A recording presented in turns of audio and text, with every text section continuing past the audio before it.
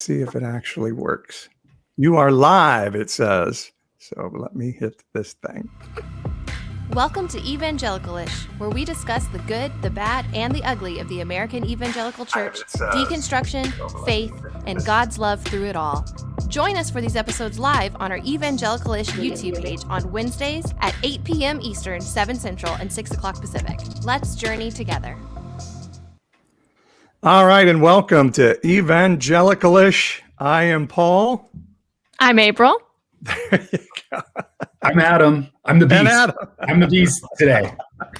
Adam is our fill-in beast tonight because Jeremy is off speaking to graduates tonight. Is that right, April? Yeah, I think he's speaking at a baccalaureate or something. He's a guest speaker, so he had to bail. So we had to find another, Beast. heretic beast to fill in. Happy to be your heretic beast. So yeah. Awesome.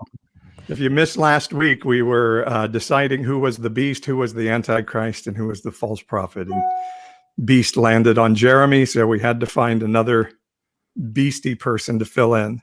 So Pastor Adam Ericksen is with us from Clackamas UCC in Oregon, and we're so glad to have you with us. Adam, tell us just a little bit about you and about TikTok and how you ended up on TikTok. Well, thank you for having me. We're already having a lot of fun, so I'm excited for today. I got on TikTok because my 14-year-old son said, "Dad, you have to get on TikTok." And I was like, "Not another social media, no." And he goes, "No, you got to do it, Dad." So I was like, "Okay." This was like in November, and so then I got it and made my son proud just by getting it, and that's what I live for. So.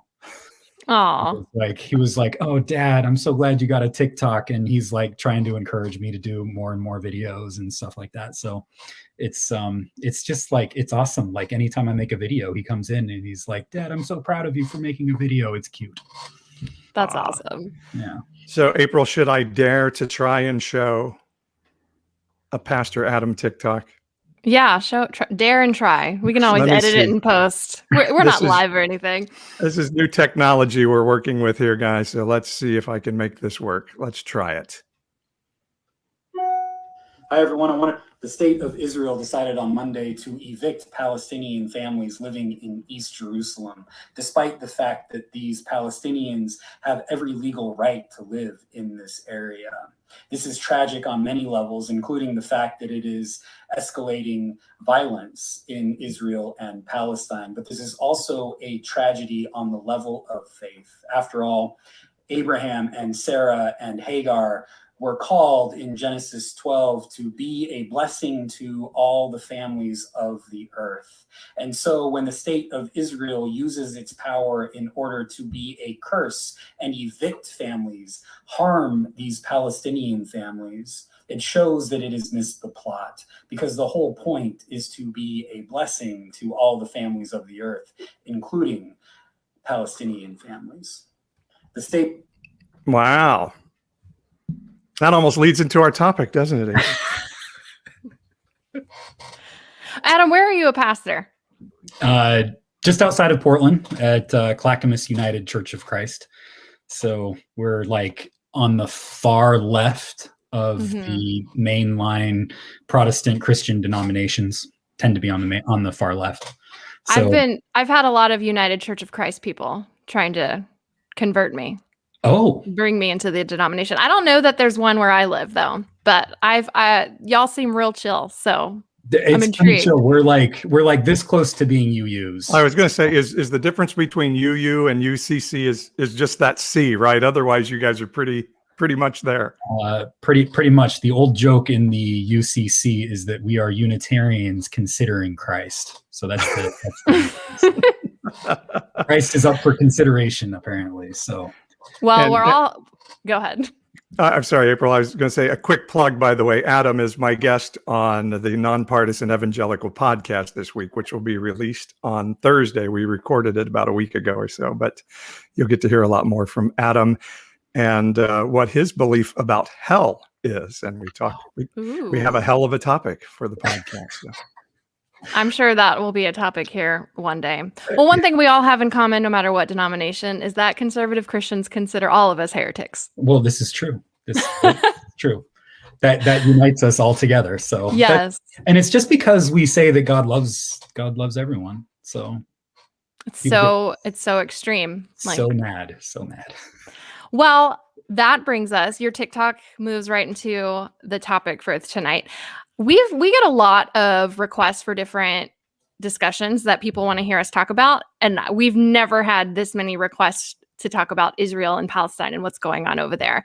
And we've actually, Paul and I and Jeremy discussed, if we should talk about it for probably a couple weeks now, and finally okay, yeah, we need to talk about it. So yeah, there's a lot going on in Israel and Palestine. I honestly had to do a lot of research on it because growing up conservative, Christian, evangelical, I've always been taught Israel is good. Israel is God's chosen. You always support Israel no matter what. You vote for candidates who support Israel. Israel is almost on equal level with God. I've even seen a meme going around Facebook that says to something like, if you stand against Israel, you stand against God. Yeah. So it is very religious and holy for all of these conservative Christians, but we'll get more into the theology of that. Let's talk actually about what's going on in Israel, in Palestine. So this has obviously been going on for decades, since Israel became a state. And I think the thing that surprised me the most when looking about this is this is a very complicated issue. Obviously, Israel deserves a right to be a state, but so do the Palestinians. And one thing that I think a lot of American Christians, especially conservative Christians, don't realize is that the majority of Christians in Israel are actually Palestinian, which, I mean, a war crime is a war crime, whether it's against Christians or Muslims, and it should be called out. But I think it's very ironic that the people who are claiming Christian persecution in America are cheering on almost an ethnic cleansing of Palestinian Christians in Israel.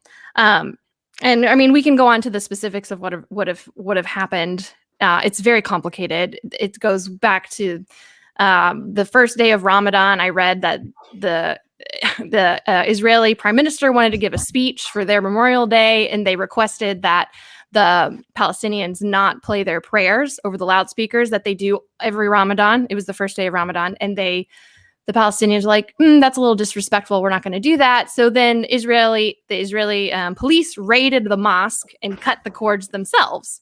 So that was like a month ago. Mm-hmm. And then there were a couple other incidents, like they shut down a popular plaza during Ramadan where a lot of Palestinians hang out just because. So I feel like Israel has been kind of poking the Palestinians for a long time. But anyway, it's just so complicated. And I think a lot of times people don't know how to speak out because you don't want to come across anti-Semitic, and you also don't want to come across like not going against war crimes, because people are actually dying, and like Palestinians are humans. And yeah, anyway, I'm rambling now. I would love to hear your guys' thoughts. Go ahead, jump in, Adam. Well, thank you. If you so choose. Yeah, I mean, it goes back, as April, you say, it goes back like decades. And I've been doing my own research, and in 1948, you have what's known as the Nakba, which is a word that's relatively new to me, but in Arabic, it means catastrophe. And it's when, Israel has this war with Syria, I think, and Israel ends up kicking all the Palestinians out. It's kind of like when the United States, it's the Trail of Tears, right? Mm-hmm. It reminds me a lot of that. And so that's when that's right at the beginning of Israel's history, is this ethnic cleansing. When you kick the Palestinians out and force them into this small region. So it's been happening from the very beginning. And, I think it was 2 weeks ago, which I mentioned in that video, when Israel started evicting Palestinians on the east side of Jerusalem, where they have every legal right to stay. And this is just all part of this pattern of trying to make it into a Israeli state without Palestinians in it. You know, we call it the only democracy in the Middle East, but it's not really a democracy. So it's just, you know, and then you have the bombings that are going in, and those are with our tax dollars. The United States gives $3 billion each year in weapons to Israel. Sorry, that's my dog. Let me. And you know, we paid for the Iron Dome, which is Israel's missile system.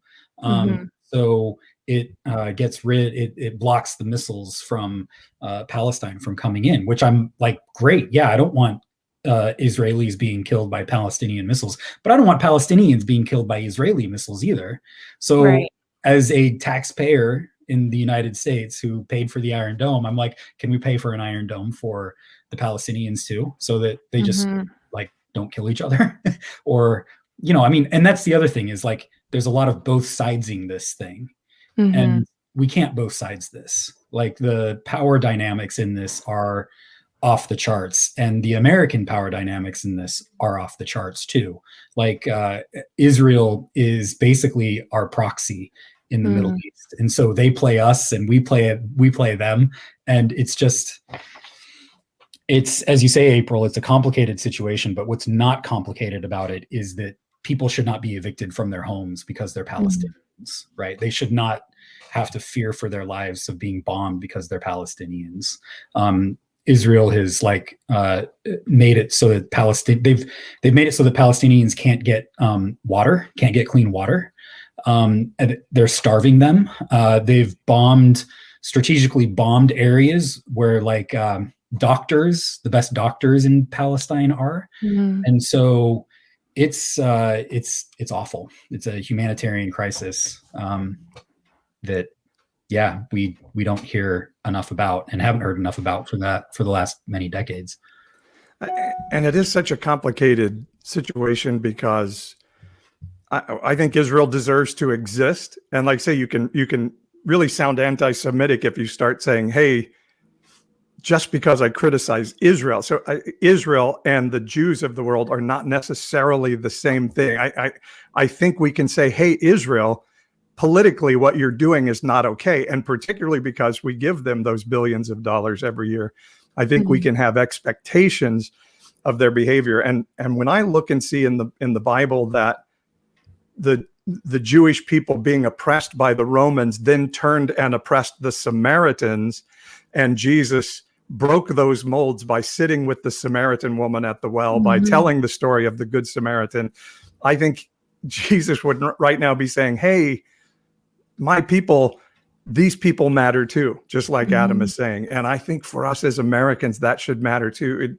And this sort of unbreakable barrier of Israel can never give up an inch of land is something that makes this an unsolvable problem that I don't think it has to be. I think the Jewish people ought to say, we don't ever want to be the oppressors and withholders of opportunity from another people because we know what that feels like. And so I would love to see Israel say, hey, we're willing to be open-handed with the Palestinians because we know what it's like to not have a homeland and have a heart for a homeland.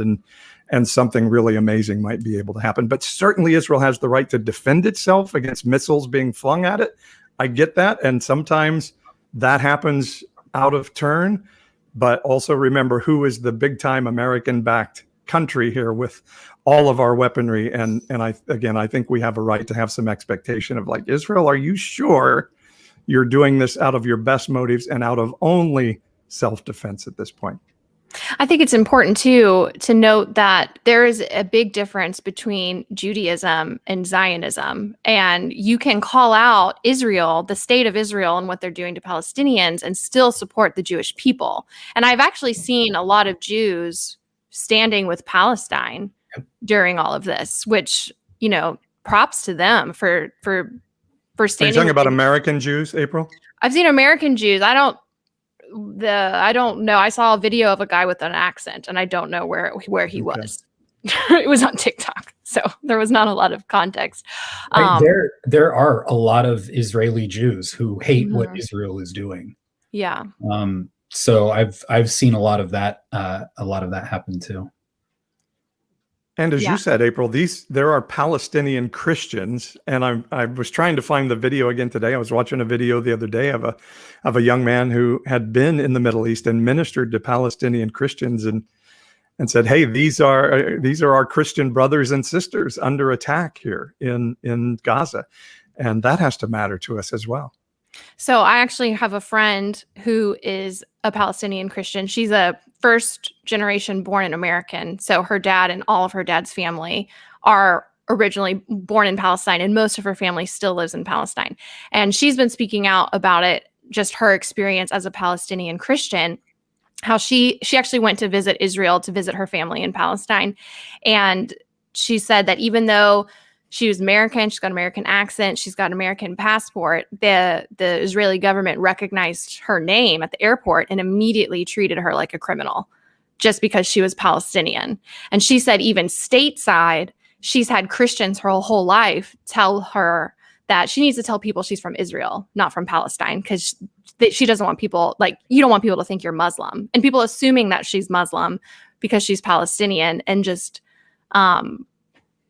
she said that one of the most heartbreaking things, she said this in one of her testimonies as she's been talking about it, how she went back and one of her cousins, this was several years ago, said, he's a Christian Palestinian, said that he believes in Jesus and believes that Jesus died for his sins and loves Jesus, but he cannot believe in the Bible anymore because here in America, we can take the Bible and we can live by its morals and we can live by its standards. But over there, he is seeing in firsthand reality of what it means when that Bible is being used to destroy and to cause war. Like, it just hits different. You know, I feel like we see so many conservative Christians who are and I used to be one. And honestly, I've been hesitant to speak out on this because I don't like speaking out on something that I don't feel qualified to talk about because I don't really know a lot. I've really only dug in the last couple weeks. I've only ever been taught pro-Israel, pro-Israel, pro-Israel. You know, Muslims bad, Jews good. This is pretty much the gist of it. But then I'm just realizing it goes so much deeper than that. And you have these Christians that are just posting these pro-Israel memes and demonizing Palestine. Like, Jesus died for Palestinians too. Yeah. I don't understand. We everything is just so divided now, even in this country. But I mean, I don't know what the answer is, but I feel like so much of the problem in evangelicalism is we don't see the nuance in issues. It's very black and white. And we don't know how to, we as the American Evangelical Church don't know how to navigate the gray. It's okay to be in the gray and acknowledge that there are issues on both sides, but we need to stand up for the human issue and stand up for human rights, whether they be Christian, Jews, or Muslim. Yeah. Well, Adam, I'm not really a theologian. I just play one on TikTok. You actually are a theologian, or I'm impressed by your theology. Tell us about this theology of standing with Israel. Do you have some idea where that comes from and how Christians, ought to interact with that idea? Well, I think that April, you might be more qualified to answer that question because it sounds like you lived it. So, I mean, I'm happy to give it a go, and then April, you can correct me from your experience. But to me, like, I love. Warren says, "I have never understood the blind love that Israel gets from American conservative Christians. Most will say something anti-Semitic, but then say you can't criticize Israel." And that tension is really, really interesting because there is a lot of anti-Semitism in our country, and it's been growing throughout the last, as we know, 4 years or so. And so we're having to deal with that too. But my sense is, I mean, I've seen all the John Hagee poster boards, right? where it's all about the end time stuff, and the final war is going to take place in Israel. And so there's almost this, and when that final war happens, Jesus is going to come back and save the elect. And so we're almost rooting for it to happen. So there's almost this rooting for it to happen. Exactly. And so there's not a real desire to de-escalate. There's a desire to escalate if you have this theological mindset. And so the more, like somebody said, that Israel's like kicking the hornet's nest, the more that Israel kicks the hornet's nest, the more this theology begins to be a self-fulfilling prophecy. And they just root on the war and root on the violence so that it'll happen, and Jesus will come back and rapture people up to heaven. The problem is that the rapture is a 19th century doctrine. The lawnmower is older than the doctrine of the rapture. Lawnmower. Love it. And it came from like this vision that this 12-year-old, 14-year-old girl had, and this guy, what's his name, Darby, just took it and ran. Before the 19th century, nobody interpreted those texts as rapture theology, and now it's like everybody, like people assume, even progressive Christians assume that that's just a traditional theological doctrine that's been taught in the church from the very beginning. It's not. It's very late. I would call it, we don't use the word heresy very much as progressive Christians, but I would call that a modern day heresy, the rapture. So it's a heresy that is leading Christian Zionists to do the very anti-Jesus thing, which is cheer on violence and war in order for Jesus to come back and rapture people up. It's Jesus says in John chapter 17, I think, that he's going to be leaving this world, but he's going to leave his people in the world.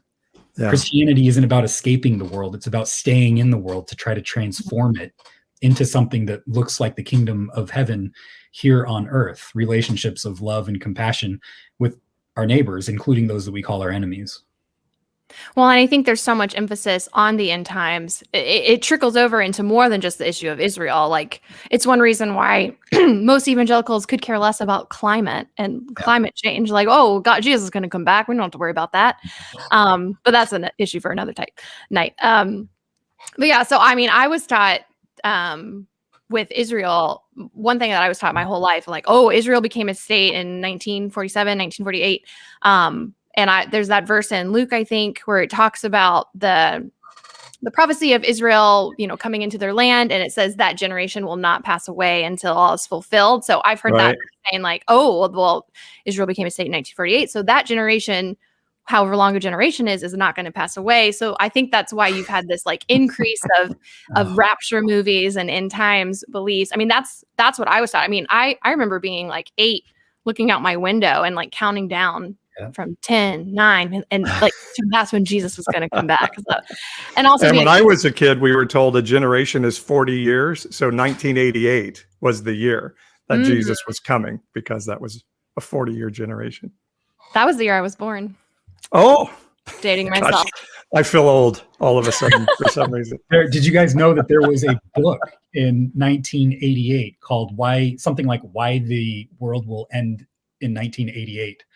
And obviously it didn't. So then he rewrote the book in 1989 and was like, Why the World Will End in 1989. What we missed about 1988. I believe the book you're talking about, and I've read this book, is called 88 Reasons Jesus Will Come in 1988. Yes. And then he wrote the book the next year, 89 Reasons. The 89th reason being like, it didn't happen in 88.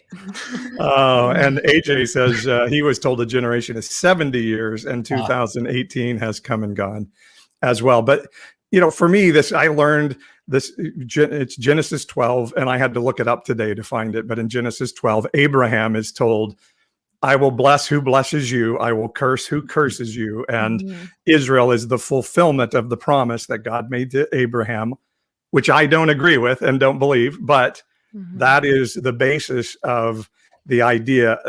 God said he would bless and curse based upon how you treated the lineage of Abraham. The problem with that, I think maybe I heard this from you, Adam, is that Ishmael was and is the lineage of Abraham. Mm-hmm. And so therefore, it can't just be the Jewish people who are the lineage of Abraham. And then the book of Romans tells us that we are the lineage of Abraham if we follow the life and model of Christ. So we are a part of that inheritance as well. So I'm not sure how this got turned into America will fail if she doesn't back Israel, but I think it has spawned some tragic things. And I'm not saying we shouldn't support Israel at all, but to say, Israel, we're behind you 100% no matter what you do, that's when I think we run into some trouble. Here's where I want to, you jogged my memory there, Paul. Thank you. This is something that I wanted to say, is that one of the great things about the Hebrew prophets is that they basically have the same message over and over again, which is, if the political leaders don't care for the poor and the weak and the marginalized in their nation, that nation is going to fall. And so we typically think of the prophets as like foretelling the future. That's a part of it, but the present matters too for the prophet. This is where you get folks like Abraham Joshua Heschel of the 20th century, who just wrote the most beautiful prophetic stuff. And a lot of it is, if the nation doesn't care for those who are on the margins, the nation will fall, because God cares for those who are on the margins. And, this is for every nation, including ours, the United States. So when we help out other nations, Annie, the orphan, the widow, and the foreigner, all the books have this. All of the books have this. That's like the ethic of the Hebrew scriptures. And so in my video, I quoted Genesis 12 because the call of Abraham and Sarah and Hagar is for them to be a blessing to all the families of the earth. And if there's any cursing that's going to happen, God is going to do the cursing. It's not up to us to do the cursing. It's up to God. So when we get, as a Christian, when I get distracted from blessing my neighbors, as Jesus teaches, and as you see in the Hebrew scriptures as well, Jesus gets this from the Hebrew scriptures, including those we call our enemies. I've missed the plot. The United States has missed the plot. And not that we're a Christian nation, but if there's any Christian message for the United States, it's not, God ordained you to do whatever you want. It's, no, you have a responsibility to care for those who are on the margins. Yeah, go ahead, Paul. Go, April, go. Oh, I was just going to say, Wayne Felton actually stitched our Evangelicalish video today to talk about the Good Samaritan and how, kind of like what you were saying, Paul, today, if that parable was said today in conservative Christian circles, it'd be the good Muslim, because it's how a lot of Christians view Muslims in light of, being terrorists or whatnot, which is ridiculous. But that's how the Jews and people looked at Samaritans back then. And Jesus broke bread with them and hung out with them. And I think, we've just missed such a huge, just like you were saying, Adam, we've missed the plot. We've veered off from love God and love your neighbor as yourself. I feel like that's what Christianity is. That's the simplistic, simplest form of Christ. And we've just, I don't know. I just get my brother actually made so my brother, he's still in Facebook world. I've moved to TikTok because, it's one thing for a user a bunch of numbers to call me the Antichrist. It's another thing for my uncle to do it. So I let my brother swim in Facebook waters, but he made a very vanilla post about the Israeli Palestinian conflict. And basically was just Palestinians are dying at much larger numbers than Israel. And as Christians, we should care about that. It's not, just look at both sides. It was kind of a both sides thing. He kind of has, he's got to barely poke them because they'll lose their minds, but they lost their minds anyway. And just the vitriol of just how these people responded, almost like you attacked their grandma.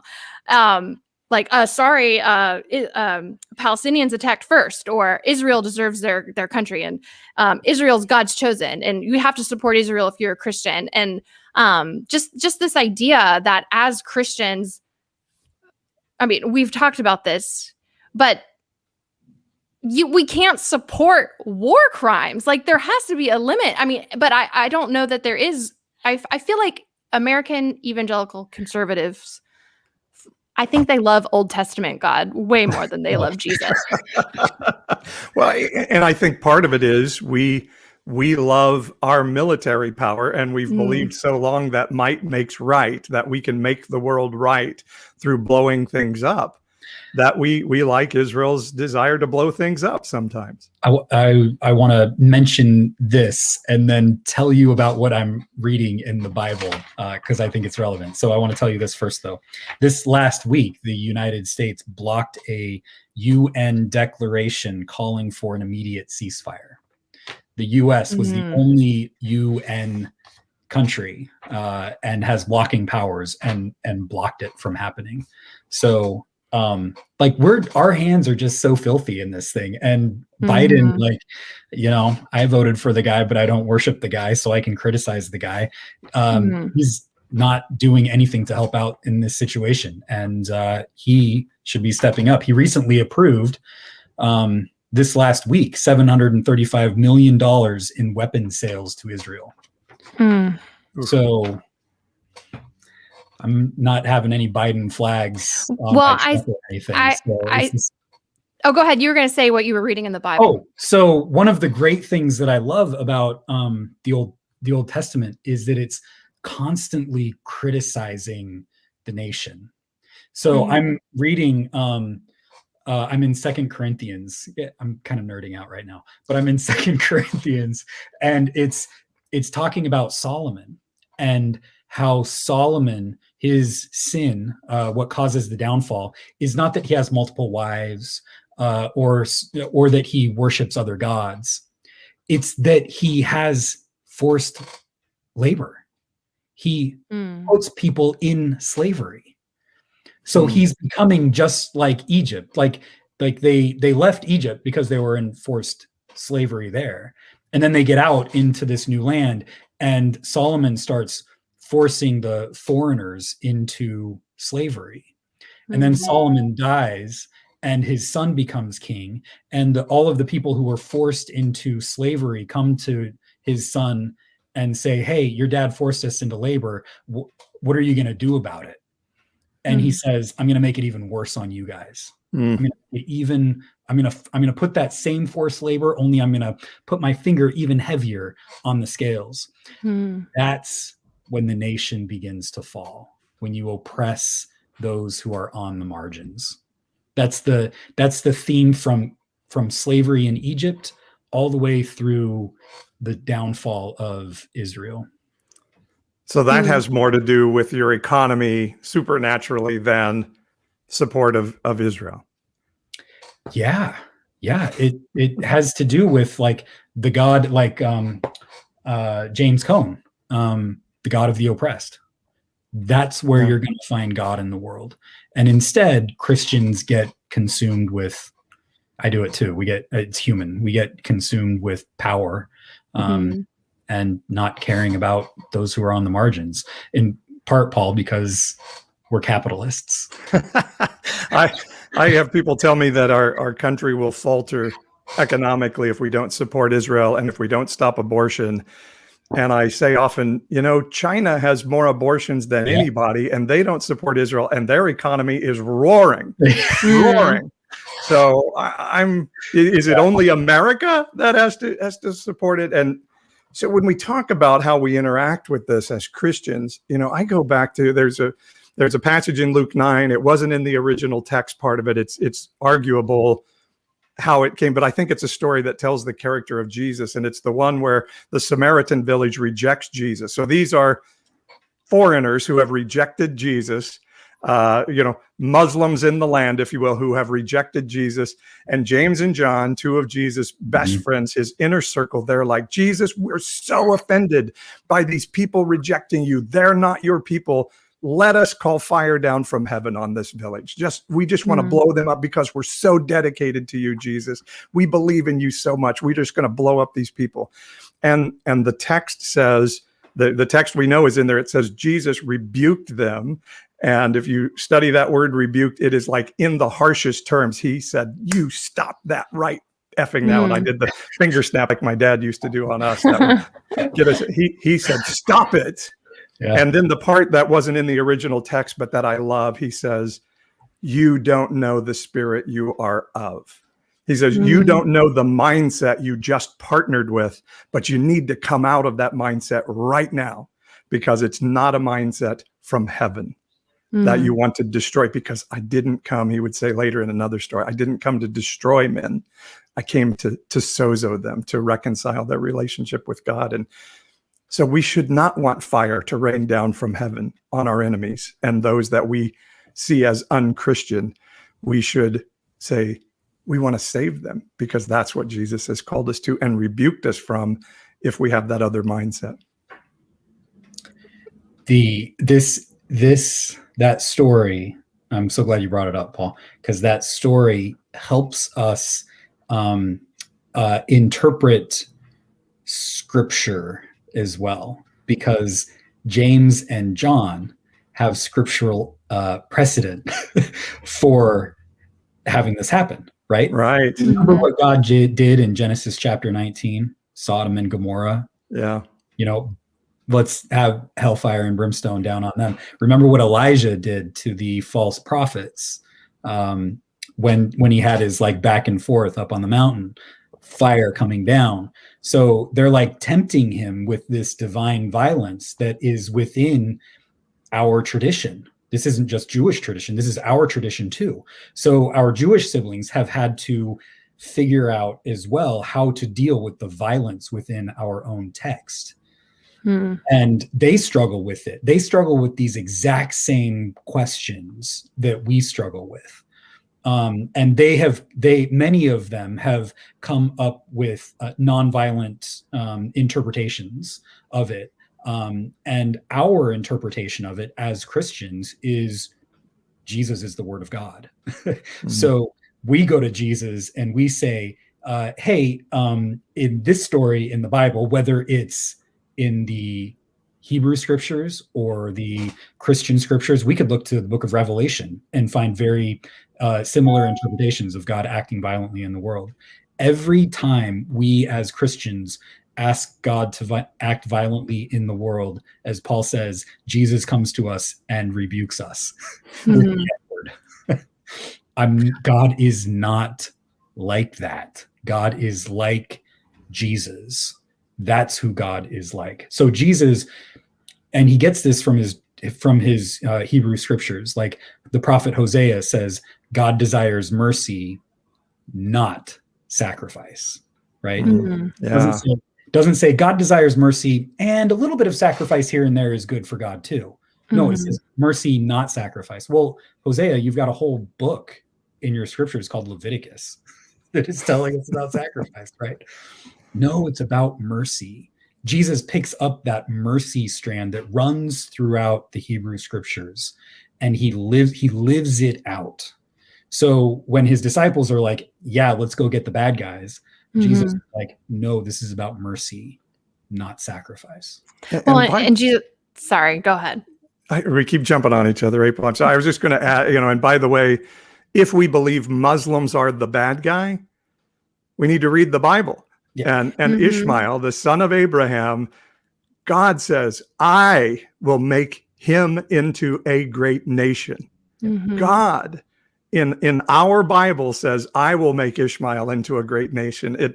If God wants to wipe out Muslims, it would have been very easy for God to do that in the Christian Bible. All he had to do was let Ishmael die in the desert. But he sent what we would call a pre-Christophany visit of Jesus to save Ishmael in the desert and his mom Hagar. And then God promised, I will make him into a great nation. So if we think God wants to destroy Muslims, we're not reading our own Bible. April, go ahead. I was just going to say, just that if you're just going to follow the teachings of Jesus, he also just very simplistically says, love your enemies and turn the other cheek. Mm. I mean, I don't think Jesus is pro-war. It doesn't say that in the Bible, April. Come on. All these people are like, take the Bible literally. Yeah. Oh, what about loving your enemies and turning the other cheek? Oh, no, not that part. Right. Put your sword back in its place. Right. Yeah. No. I was going to say, like, one of the great gifts of the Hagar Ishmael story is, did you know that Hagar is the first person in the Bible to name God? The first person in the Bible to give God a name is an Egyptian woman. Isn't that awesome? And she names God El Roy, which means the God who sees. God is the one who sees Hagar in her affliction as she has been kicked out of her family, as she's been excluded. God is the one who sees us when we are excluded and marginalized. That's the whole theme of the Bible. And Hagar, this non person of God at this time, like that's like what I would have thought of her before, but she gets God at this point better than Abraham does, better than Sarah does. She gets God, is the one who sees us, who sees those who are on the margins. That's beautiful. The first time I ever got to sit with a Muslim friend who said to me, we are all from Abraham. All of our beliefs come from Abraham. You know, this is a family squabble we're in right now. And I think you said it well earlier, April, that sometimes, and this friend told me, we love Jesus. We just don't like the writings of Paul. We feel like Paul perverted the story of Jesus. And it's the same with some of my friends from our communities of color. And they tell me that their ancestors didn't like the writings of Paul either, because the Christian Bible and mostly the writings of Paul were used to tell slaves, go back to your master, obey your master. It is God's rule for you to be beaten by the whip by your master. And I think we need to realize that we have historically used the Bible to abuse people. We used it to justify wiping out indigenous peoples in our own land and calling it manifest destiny. And at some point we have to catch ourselves in this and say, we can't let this happen again. This is not okay. So let's interact with our own text and understand how we've abused it in the past and not let that happen again. Yeah. And it's so easy for us to talk about it over there too. Like, these people are on both sides are living through war. Like, they're not going to war. War is coming to them in their homes and their beds. And if you look at the numbers, it is overwhelmingly Palestinians who are dying and being hurt. That doesn't mean that there's not extremists on their side. I saw someone comment that, there's people in Hamas that want death to all Jews and they chant that. And that definitely exists for sure. But I also was just reading just in the last month, a far right Jewish organization marched through the streets towards Palestine chanting death to Arabs. So if you think, for evangelicals that think Israel is just innocent and can do no wrong, I just wish people would, as a common Trump supporter would say, do your research, but not on right-wing media. But, I have to put this one comment back up here. Where was it? This is a great one for you, Adam. Hagar, yet another woman to smash a glass ceiling. Yes. Well, April, I was just going to say, it wasn't too long ago when we had people in the streets of the United States chanting, the Jews will not replace us. Right. Right. So this is like, this isn't just, and I mean, I don't want to do any whataboutism, but we in the United States have some stones, and you know what they say about throwing stones in glass houses.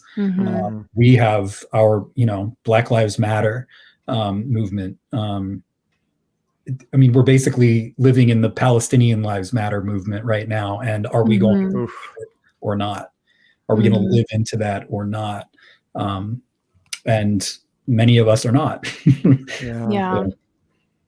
And it's so interesting because I was watching a documentary on Zero Dark 30 was the movie about the killing of Osama bin Laden. And I was watching a documentary called Zero Dark 30, and this CIA agent said this amazing thing that really impacted me. He said, hey, every time we bomb the Middle East, every time America bombs something in the Middle East, we prove to Middle Eastern people what the terrorists tell them about us, that we want to kill them and kill them all and wipe them from the face of the earth. And he said, another 100 families give their children to Al-Qaeda when we do that.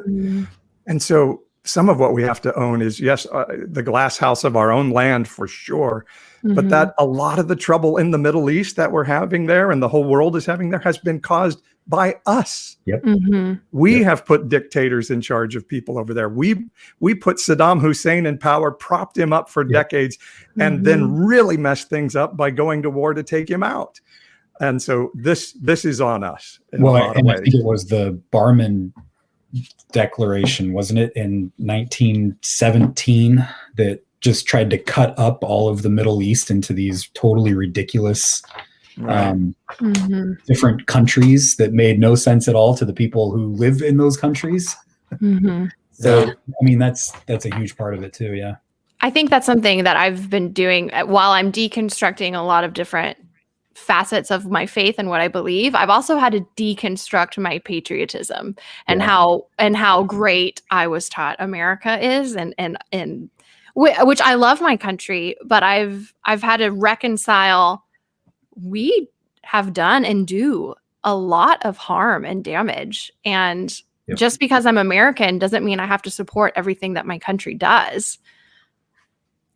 I think it's actually extremely honest and right and Christian to want to say, if my country does something wrong, I want to point it out so we don't do it again.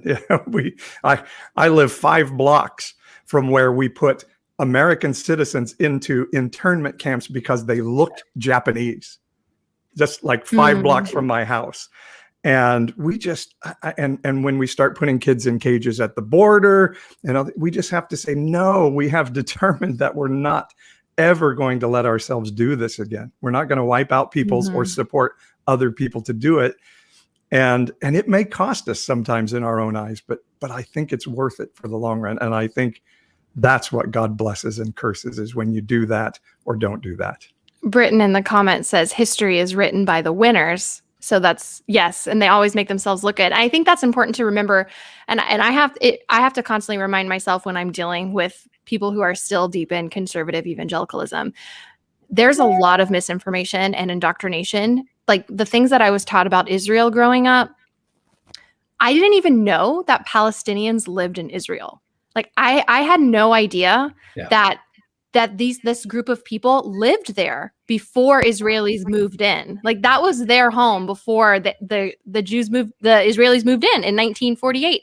And I was looking at a graphic earlier of just over the years how Israel has evicted more and more Palestinians over the years, whether the Palestinians fled because it wasn't safe or actually forced out. Hundreds of thousands of Palestinians forced out of their homes. And I didn't know that. So I think a lot of the pro-Israel thing is a lot of indoctrination, just with a lot of other things with that belief system. But I have to constantly remind myself, April, you were there once too, have patience. But it's hard.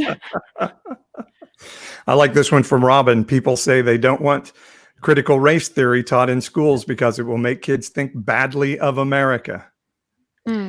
That is the great gift that our Jewish siblings have given the world, is this whole way of being self-critical about our nation. It's one of the major themes of the Bible, and so how we miss that prophetic strand is so crucial. I mean, and if I can say one thing about history is written by the winners, one of the great gifts of the Jews as well is that they're the losers of history, and they wrote their story in the Bible. they're conquered by the Assyrian Empire, well, the Egyptian Empire, the Assyrian Empire, the Babylonian Empire, the Greco-Roman Empire. They're constantly conquered by other nations. And here, that's one of, like, when people say, why would you read a Bronze Age book? It's because it's the first book in human history that's written by the victims of human history, of the losers of human history. And we get to read their story. And in that story, you would get everything that you expect. A call for revenge against our enemies. That's a cry of the human heart, right? But you would also get counter narratives like, we messed up. We can't blame others. This is on us too. And also you get in various places in the Hebrew scriptures this vision from the prophet Isaiah, who says that on God's holy mountain, all the nations are going to come together and worship God, and the veil that's over our eyes will be destroyed, and we will all see each other for who we are, including all our enemies. We'll have Assyrians on the mountain of God, Isaiah. Yeah, apparently. Babylonians, those damn Greeks who keep causing us problems, they're going to be there too. So that's one of the things that I love about the Hebrew scriptures, is that you get this story from who we would call the losers, the conquerors, and you get all of the emotions and the hope for reconciliation coming out of it too. Yeah, it really is about love God, love your neighbor as yourself. And as April pointed out, Jesus then said, by the way, your neighbor is your enemy. Your neighbor is that person you don't think deserves God's favor. How you love that person shows how much you love God. And I think that's pretty amazing. All right. So I thought that was fascinating. Great discussion. And so now we always try to end on something a little bit lighter with our hate comment of the week. We all have our trolls on TikTok. I'm sure Adam has experienced that as well. And we share every week what our hate comment of the week is. And who wants to start? April, do you want to go first with your hate comment of the week? Sure, I'll go first. So for context, I mean, it makes no sense on this video, but for context, I was a video about purity culture that I made a while back. Also, I'm banned from posting for a week. Oh, so that's right. if you don't see me posting, it's because the trolls mass reported my account and got videos taken down. So I've got a love-hate relationship with TikTok going on right now. Tell that story. Just so what happened? How did you find out you got banned? Okay, I mean, it's a boring story, but a week ago, I had it's so dumb. In January, I posted this Antifa hoedown video of me dancing, responding to a dumb comment of someone calling me the Antichrist. And I was like, yes, I'm an evil left-wing sheeple snowflake working for the deep state. I have the whole song memorized, but I'll spare you. So anyway, so that video is still up. I then it only got like 15,000 views, not very much. I reposted it in March, responding to another stupid comment. And that one went super viral and got over 2 million views. So it's been up since March until last week. It got taken down for hate speech. So I appealed it, but I couldn't put a little like explanation. I just had to hit appeal. So I appealed it. And then they denied my appeal and added bullying. So it was taken down for hate speech and bullying. I don't get it. And then, so I reposted that one like a couple days ago because I was like, there's no way that my original one is still up, mind you. So I reposted that one. Within 2 hours, it got reported again and taken down. This is no one cares about this, but so I appealed that one. Thankfully, TikTok put that one back up after 2 days of it being down. So that one's got like, it's doing okay. But then I had another video that got mass reported. It was the one of LGBTQ person trying to come to conservative church, and the church basically saying, no, you're not allowed in here. But then they let in, people with multiple marriages who've been divorced, racist, misogynist, like all these other things that they claim that they are against, So anyway, homosexuality is not a sin. I'm just going to throw that out there. But it was just pointing out the hypocrisy. That one got taken down for hate speech. So then I got a notification that I've had too many community guidelines violations, so I'm banned from posting for a week. Yikes. Oh, So bummer. anyway, that's my story. I have a love-hate relationship, but at least I have Evangelical-ish, so I can speak out about it. Anyway, Oh, that's right. You can post on Evangelicals and work around it. Yeah, that's true. I Maybe like I'll it. do that. So anyway, it was on a purity culture post that I made as this beautiful comment, and it says, this is from Love to Fish 11. It says, eternity will be sad for all you deconstructing, following the sheep people. Jesus didn't come to love, he came to save. Ooh. I just like following the sheep people. How profound. Oh, Yes. okay. Adam, how about you? Do you have a hate comment I've this been week? looking. I tried to post something controversial like 5 hours ago, and the title is something like Jesus didn't come to die for your sins. so that's fun.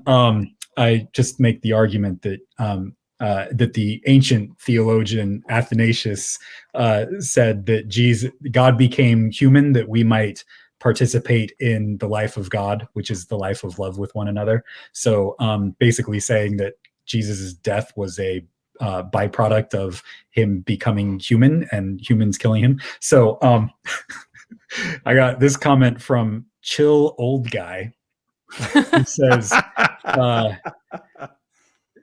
Dear Reverend Cotton Candy, I suppose my name is Cotton Candy now.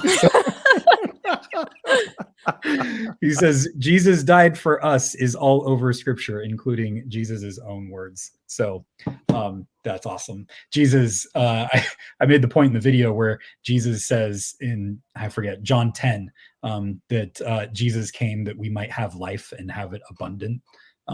Jesus came not on a death mission, but on a life-giving mission. So anyway, it's always fun. Reverend Cotton Candy. That's the first time, April, I've been called Reverend Cotton Candy. So I don't think that like guy was all that chill. I think he needs a new username. I know, right? I was at the point where I was like, man, these people just aren't being creative anymore. But Reverend Cotton Candy, that's a pretty creative one. I like it. Paul, what's your hate comment? So I had, a few weeks ago, it was a man named Whiskey Dick that responded. Today it was Mr. T-Sack that was coming at me. And I reported this one, by the way. I was hesitant to share it tonight, but he said, this pastor is BS and his ministry is BS. And he goes on then to say, I bet you do weddings for queers. In fact, I bet you're a queer. So I was hesitant to even share it because of that. And I did report him and TikTok told me they were taking the comment down. But that's what I got from Mr. T-Sack. So to make one a little bit lighter than that, I did have, let's see, what's his name? Boodog67 says, insanity that a pastor is falling socialist, a compromiser. Let freedom ring. Oh my gosh. Socialist is such a buzzword for these people. They don't even know what socialism is. But Paul, I have to say, I've on the video, I mentioned this to you earlier. I'll share it with our friends here. A video of the three of us from Evangelicalish was on my TikTok page, and someone commented, yeah, you guys aren't Christians. Or he said, yeah, you are not a Christian or whatever. And I was like, oh, how so? And then he responded, he goes, oh, I was talking about Paul. He doesn't believe the Bible. I was like, oh, okay. Well, this is my page, so. April, how does it feel to know that you are a Christian? How does it feel to know? Oh, I know. I guess I should take it as a compliment. It's the first time someone's actually acknowledged that I was. Yeah, just Paul wasn't. So I guess I was in the clear. Approval from that person. So. Yeah. I don't know what it is. I do elicit a lot of hatred from people and a lot of questioning of my salvation. So it's, although I know you guys get that a lot too, but I guess it's because I was a leader of a church and am now openly questioning things like Noah's Ark and why were there no dinosaurs, or how did Noah get the dinosaur? If you're a young earth creationist, there had to be dinosaurs on the ark, or the Bible is not telling the full truth. And so I was just asking, did Noah forget the dinosaurs?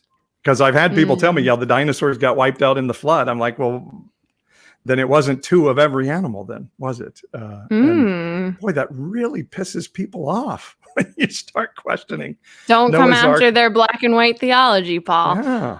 They can't handle it. You can't pull the string. If you pull the string, it all unravels. So they got to keep it real tight. By the way, anybody hasn't been on my page and seen Chris Farley pastoring in the IFB church, you've got to see it. Was that real? Did that? I kept asking people if it was a spoof, but I had people in Florida say, no, this is a real pastor, and he does this in his church, and it is real. That guy, like, if you wanted to be Chris Farley at a church, that would be it. So, and I guess cheesy poofs. He talks about cheesy poofs sitting in a bean bag, and I guess that's a joke from one of the TV shows, one of the animated TV shows. Park. I was like, this is like totally South Park, cheesy poof. I was like, who is this guy? Because this is good TV right here. They should just put him up. So. Well, Adam, we really appreciate you joining us tonight. Why don't you tell us real quick, what is your goal for your TikTok? What do you want people to come away with as they watch you do your things on TikTok, your creations on TikTok? Did I stump you with that one? Yeah. You don't really have a goal. You just are on there doing fun stuff. One of my goals lately is to show how progressive Christianity is paradoxically ancient. The ancient theologians were saying this kind of stuff thousands of years ago. Like the whole issue that you were having with Noah's Ark. It's a modern move to take the Bible absolutely literally. The ancient theologians said that the worst way that you can read the Bible is literally. And the best ways you can do it is figuratively. And what's the other big word? I forget what it is. But anyway, it's really this modern, taking the Bible literally, a fundamentalist reading is really a modern development within the last 500 years, a reaction actually to mostly to science. Well, and people forget too that it was Christians that believed the earth was flat for so long and demonized the people that were like, no, it's actually round. Like, no, it's flat because the Bible says. Right. Yeah. So like, if I can just give you one example. So we all have this issue with like the 10th plague, right? Metaphorically, that's one. Allegorically, Annie, nicely done. Yes, that's what I was looking for. Allegorically. So here's an example of an allegorical reading. Gregory of Nyssa, 4th century theologian, we're talking like the years 385, looked back to the 10 plagues of Egypt and was like, wow, these plagues are awful, especially this 10th plague. And if you believe this 10th plague literally happened, that God killed the firstborn of Israel, or no, the firstborn of Egypt, you have a reprehensible God. That's God who kills children like this. The whole Bible is about not killing children, not sacrificing children. Right. So if you believe that God literally kills the firstborn of Egypt, you have a reprehensible God. You can't interpret it literally. So Gregory of Nyssa says you have to interpret this allegorically. So what is the firstborn child? Gregory of Nyssa says the firstborn child is the desires inside of you that go against God's will. And so you have to sacrifice that young childish desire inside of you so that it does not grow up and become bigger than you. So sacrifice that while you can, and while it's young. And so this is like one of the ways that they would interpret in these really interesting and creative ways, not taking these violent stories literally. So this is actually helping me out a lot because that's something that I've been struggling with as I'm deconstructing. Is I've always been taught to take the Old Testament as historical, as factual, as these stories happened. And I'm not saying that they all didn't, but that's something I have not been able to reconcile with the God that I serve. Yes, and I was always taught you have to take the literal reading of the Bible is the reading that the church has always had. So this is the traditional way, and it's only because you progressives are trying to make God into a nice thing that you don't take these violent stories literally, or you just want to get rid of these violent stories. No, these violent images of God have been troubling Christians and Jews as well for thousands of years. If anybody's interested in this, check out Greg Boyd's book, Crucifixion of the Warrior God. Oh, my brother loves Greg Boyd. He's actually told me to read that book. Yeah, the subtitle is Interpreting the Old Testament's Violent Portraits of God in Light of the Cross. And you'll hold it up again real quick so people can see it. It's a 2-volume book. He's got a shorter version, so if you want the condensed version, which I'm sure is really great too, there's a lot of he goes into a lot of details. So if you want to go deep dive, you can get the 2-volume, but the 1-volume is perfectly fine, and we'll give you all of this ancient Christian and Jewish allegorical readings. They actually said that the literal reading is the worst reading that you can have. So one of my goals in TikTok and just in pastoring is to reframe these so that we actually begin to see that there's a huge depth of richness within the Christian tradition that one strand that's actually a modern strand is trying to silence with literalism. Wow. And like April, I'm learning on these things too. And so I highly recommend Adam's TikTok page because I'm always like, that can't be true. And then you explain, Adam, to me why biblically I can support what I'm saying. So I really appreciate what you do. Also, we had a comment. I'm sorry, April, let me put this one up real quick if I can find it. Patrick, where was it? Patrick says, Adam, where can we get the t-shirt you have on? Would love to wear it to church. You can we're selling it as a fundraiser at my church, which you can find at c-ucc.org in our merch section. Also, if you go to my TikTok, you can find it in the link tree in my bio. So just go to c-ucc.org and you can find it. And somebody else asked if we live stream our worship services. We do on our Facebook page and YouTube channel at Clackamas United Church of Christ. So for those listening on the podcast, can you also say what your username is on TikTok? Oh, yes. It's Adam Ericksen 1. There it is. Yeah. My family has misspelled our last name for generations. So it's S-E-N and not S-O-N. Awesome. And for the people that are listening, what does your shirt say? Because I can't see the whole thing. It says, God loves our LGBTQIA2 plus siblings. And it's got the flag, the rainbow and transgender flag. So, what is the 2? Yeah, what's the 2? I haven't heard that one before. You should Google Two-Spirited. It's this ancient indigenous people's almost like what we would call transgender today. So a two-spirited person is somebody who would not identify as male or as female. And this goes back thousands of years. Our indigenous people have had this category for people who do not identify as male or female, but something different, and it's double-spirited or two-spirited. So that's what the 2 stands for. So you can Google Two-Spirited, and it's awesome and fascinating stuff. I need to look that up. I haven't seen the 2 yet. So Yes. Man, Adam, I've learned so much tonight.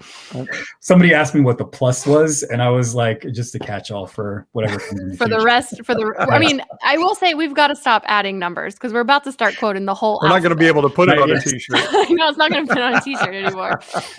But I've also heard pluses for allies as well. So those of us who are allies for the community, that's great. And just to give another little plug, Adam will be my guest on my Nonpartisan Evangelical podcast, which releases tomorrow. So you can get that either at pastor-paul.com or on my Pastor Paul YouTube channel. We had a fun time chatting about a week ago, and we're going to release it tomorrow. Yeah. And Jeremy will be back next week. We missed our beast. But tonight we had Reverend Cotton Candy, so good times. Yeah, Adam, thanks for filling in and hanging out with us. It was a lot of fun. It was a pleasure. Thanks for having me. And fun hanging out with you too as well, April. Pleasure. And I know it's a lot later for you than us, so we'll with us on the West Coast, us West Coasters out here. True. And loved all the comments and loved using StreamYard and being able to put your comments up on the screen. So hopefully you guys had fun times interacting with each other. Anything else we need to tell them, April? I don't think so. Love God, love people. Keep it simple. Awesome. We'll see you next Wednesday at 6 Western. We don't have a mountain, so then that's 8 Central, 9 Eastern, correct? Yep. We need to get somebody. So subscribe to the Evangelicalish YouTube page, follow us on the Evangelical TikTok page, and just hang out with us every week here as we work through learning what Christianity looks like on the other side of deconstruction, reconstruction, whatever you're calling it at this point in your life. And we love hanging out with you guys. So blessings. We'll see you again next week. Bye, everyone.